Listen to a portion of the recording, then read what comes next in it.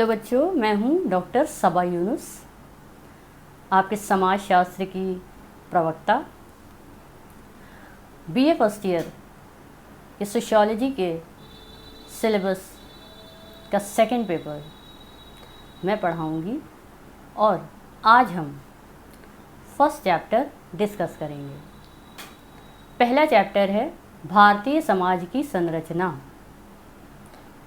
हमारी Indian society कि physical structure में जिन कम्युनिटीज़ का मेन योगदान है वो है ग्राम यानी कि गांव, विलेज, बस्ती और नगर। आज हम डिस्कस करेंगे गांव के बारे में, ग्राम के बारे में। गांव एक समुदाय है। समुदाय मतलब कम्युनिटी। कम्युनिटी क्यों है? क्योंकि कम्युनिटी उन लोगों के समूह को कहते हैं जो एक निश्चित भूभाग में रहते हैं, एक पर्टिकुलर प्लेस में रहते हैं और जिनमें हम की भावना, वी फीलिंग होती है। तो गांव में आपने देखा ही होगा, गांव के लोग एक दूसरे को जानते हैं, एक दूसरे से मिलते रहते हैं, एक दूसरे से परिचित होते हैं, एक दूसरे के सुख दुख में साथी होते हैं और एक निश्चित भूभाग में भी रहते हैं। इसलिए उसे समुदाय या कम्युनिटी कहा जाता है। इनका मुख्य व्यवसाय कृषि होता है या खेती से जुड़े हुए व्यवसाय होते हैं। इनका जीवन सरल होता है, समान होता है, ये आत्मनिर्भर होते हैं और साथ ही साथ इनमें प्राथमिक संबंध, प्राइमरी रिलेशन पाए जाते हैं। प्राथमिक संबंध मतलब जो एक दूसरे को जानते हैं, मिलते रहते हैं, एक दूसरे से पर्सनल इंटरेक्शन जिनका होता रहता है, वो प्राइमरी रिलेशन में आते हैं। 2001 की जनगणना के अनुसार भारत में तकरीबन 5,80,000 गांव हैं, जिनमें से 3.38 लाख गांव केवल उत्तर प्रदेश, मध्य प्रदेश, बिहार, उड़ीसा और महाराष्ट्र में हैं। साधारणतः हमको लगता है कि ग्राम या गांव शब्द को परिभाषित करना बहुत आसान है, लेकिन कुछ विद्वानों के अनुसार ये एक कठिन कार्य है इसकी प्रॉपर डेफिनेशन देना। कुछ व्यक्ति गांव को किसानों की बस्तियां मानते हैं। कुछ विद्वान कहते हैं कि ये वह क्षेत्रीय समूह है जहां पर थोड़े से लोग एकत्रित होकर रहते हैं, उनमें प्राथमिक संबंध होती हैं और इनकी आजीविका का मुख्य स्रोत खेती या किसानी होता है। आसान शब्दों में हम ये कह सकते हैं कि जिन क्षेत्रों में 5,000 से कम लोग निवास करते हैं उनको हम गांव कहते हैं। लेकिन कुछ एक आध गांव ऐसे भी हैं जहाँ पे जनसंख्या 5,000 के ऊपर भी पाई जाती है और कोई गांव ऐसे भी हैं जहाँ पे जनसंख्या 1,000 के नीचे भी पाई जाती है। संक्षेप में हम ये कह सकते हैं कि गांव एक ऐसी व्यवस्था है जिसमें व्यक्तियों के बीच सरल संबंध होते हैं, ये आत्मनिर्भर होते हैं, इनमें प्राथमिक संबंध होते हैं, कृषि इनका मुख्य व्यवसाय होता है, उत्पादन करके ये अपनी प्राथमिक आवश्यकताओं की पूर्ति करते हैं। समाजशास्त्री ऑकबर्न ने बताया कि गांव का निर्माण कैसे हुआ, कैसे शुरुआत हुई। इन्होंने 3 थ्योरीज दी। पहला कि शुरू के लोग आदिवासी थे, शिकार करते थे, तो ये झुंड में रहते थे ताकि जंगली जानवरों से बचे रहें। तो शिकार करना और उस शिकार को एकत्रित करके रखना, इस हेतु ये झुंड बना के रहने लगे, जिस वजह से गांव की उत्पत्ति हुई। दूसरी थ्योरी में ये भी कहते हैं कि इन्होंने कृषि करना सीख लिया था, तो कृषि योग्य भूमि जहाँ इनको मिली, जहाँ पे इनको नदी का किनारा मिला, वहाँ पे ये जो हैं ग्रुप्स में बसने लगे, जिस वजह से गांव की शुरुआत हुई। तीसरी थ्योरी में ये कहते हैं कि पशुपालन करना ये सीख गए थे, पशुओं से ये दुग्ध या दुग्ध के उत्पादन प्राप्त कर रहे थे, मांस प्राप्त कर रहे थे, तो इसलिए इन्होंने पशुपालन के लिए भी ऐसी भूमि जहाँ इनको मिली, जहाँ पे पशु जो हैं वो ग्रेजिंग कर सकें, उनको पानी पीने की सुविधा हो, तो ऐसी जगहों पे ये जब ग्रुप बना के लोग बसने लगे तो यहीं से गांव की शुरुआत हो गई। ऐसा ऑकबर्न की थ्योरी है। हम बात करेंगे कि गांव के प्रकार, कितने प्रकार के गांव होते हैं। जनसंख्या के आधार पर अगर हम देखें तो 3 तरह के गांव पाए जाते हैं भारत में। पहले होते हैं लघु गांव, दूसरे होते हैं मध्य गांव और तीसरे होते हैं वृहद गांव। लघु गांव वो गांव है जहाँ पर 1000 से कम की जनसंख्या पाई जाती है, कभी कभी 500 लोग भी वहाँ निवास करते हैं। दूसरे मध्य गांव जहाँ पर जनसंख्या 1000 से 2000 के बीच में पाई जाती है। और तीसरे हैं वृहद गांव जहाँ पर जनसंख्या 5000 तक पहुँच जाती है और कभी कभी 5000 से ऊपर भी पहुँच जाती है।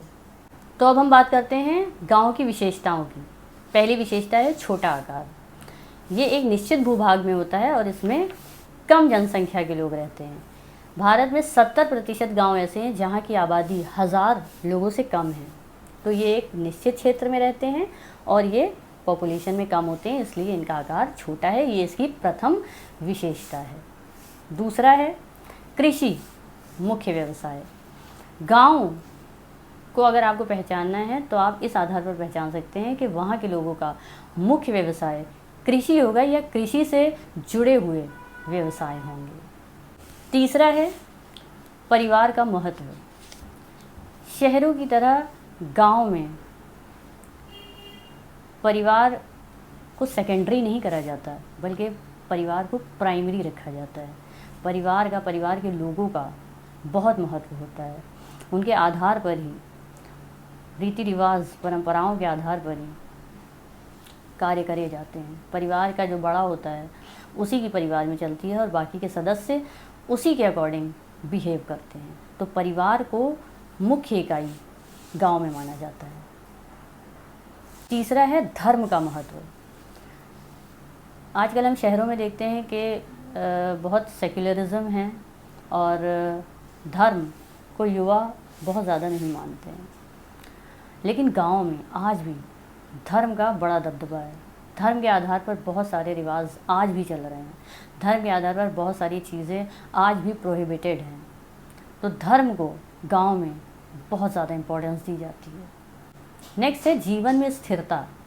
गांव के लोगों के जीवन में स्थिरता होती है, शहर के लोगों की तरह नहीं। शहर में हम देखते हैं कि बहुत जल्दी जल्दी हम अपनी प्रायोरिटीज़ बदल देते हैं, हम अपना लाइफस्टाइल बदलने लगते हैं, लेकिन गांव में ऐसा कुछ भी नहीं है। वहाँ पे जीवन स्थिर है। जैसा आपको कुछ साल पहले दिखेगा उसी तरह से लाइफस्टाइल लोगों का आपको आगे भी दिखेगा। वो बहुत ज़्यादा चेंजेस एक्सेप्ट करने के मूड में नहीं रहते हैं। तो वहाँ का जीवन स्थिर है, स्टैटिक है, डायनामिक नहीं है। नेक्स्ट है श्रम में विशेषीकरण का अभाव।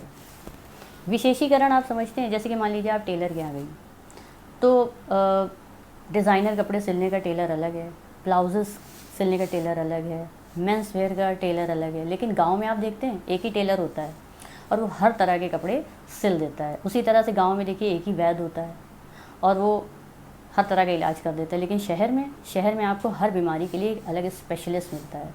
तो ये स्पेशलाइजेशन ही श्रम का विशेषीकरण कहलाता है, जो कि गांव में नहीं पाया जाता है। गांव के लोगों का जीवन सरल होता है, वो बहुत ज़्यादा दिखावा, तड़क भड़क ये सब में नहीं रहते हैं। आप गांव के लोगों को देखेंगे, उनमें ज़्यादातर लोगों का जो जीवन है वो सेम ही आपको दिखेगा। एक ही तरह का कपड़ा पहनना, एक ही तरह का खान पान, एक ही तरह का रहन सहन। तो बहुत ही सरल जीवन वो व्यतीत करते हैं। गांव में जाति व्यवस्था का बड़ा प्रभाव है। शहरों में हम देखते हैं कि जाति को इतना महत्व नहीं देते हैं। हम जब क्लासरूम्स में आप बैठते हैं या कहीं भी आप जाते हैं तो आप इस बात का मायने नहीं रखते हैं कि आपके बगल में कौन सी जाति का इंसान बैठा है। We all feel that we all are equal, और ऐसे ही सोचना भी चाहिए। लेकिन गाँव में आज भी जाति का बहुत महत्व है। वहाँ पर जो उच्च जाति है उसी का दबदबा रहता है और नीची जाति के लोगों के साथ आज भी शोषण होता है। गांव में जजमानी व्यवस्था पाई जाती है। जजमानी व्यवस्था आप समझते हैं, जिसमें सेवा के बदले, श्रम के बदले आपको कुछ अनाज या कपड़ा इस तरह की चीज़ें मिलती हैं। जैसे कि नाई है, धोबी है और भी छोटे कार्य करने वाले लोग हैं। ये सेवा के बदले पैसा नहीं इनको मिलता है, बल्कि सेवा के बदले इनको सेवा या कोई सामान दे दिया जाता है। इसे जजमानी व्यवस्था संक्षेप में कहा गया है, लेकिन आपके इस सिलेबस में जजमानी व्यवस्था को डिटेल में मैं आगे पढ़ाऊँगी। गांव में संयुक्त परिवार प्रणाली है। शहरों में आप देखते हैं कि न्यूक्लियर फैमिली है, छोटे परिवार लोग रखते हैं, लेकिन गांव में संयुक्त परिवार होता है। संयुक्त परिवार जिसमें 3 पीढ़ी के लोग एक साथ एक ही घर में एक ही चूल्हे का बना हुआ खाना खाते हैं। तो संयुक्त परिवार की प्रथा को आज भी जीवित अगर रखे है तो वो है गांव। लास्ट है अशिक्षा की प्रधानता। गांव में इलिटरेसी अभी भी बहुत है। शहर में हम देखते हैं कि पढ़ाई पर जोर दिया जाता है, पढ़ने लिखने को महत्व दिया जाता है, लेकिन गांव में आज भी बहुत जगह पढ़ाई लिखाई से वो दूर हैं। ख़ासकर लड़कियों को, उन्हें लगता है कि इनको पढ़ा के क्या करेंगे, इनका तो ब्याह कर देना है, इनको घर संभालना है। तो शिक्षा का स्तर गांव में अभी भी बहुत लो है। तो ये सारी थी विशेषताएं। अब अगले लेक्चर में मैं आपको गांव में होने वाले चेंजेस और बस्ती के बारे में डिटेल से बताऊंगी। इस चैनल को सब्सक्राइब कर लीजिए आप, ताकि आने वाली लेक्चर्स का नोटिफिकेशन आपको मिलता रहे और एक भी लेक्चर आप मिस ना करें। आपका कोई भी सवाल हो आप कमेंट में लिखिए, मैं आपको उसका जवाब डिटेल में दूंगी। Thank you.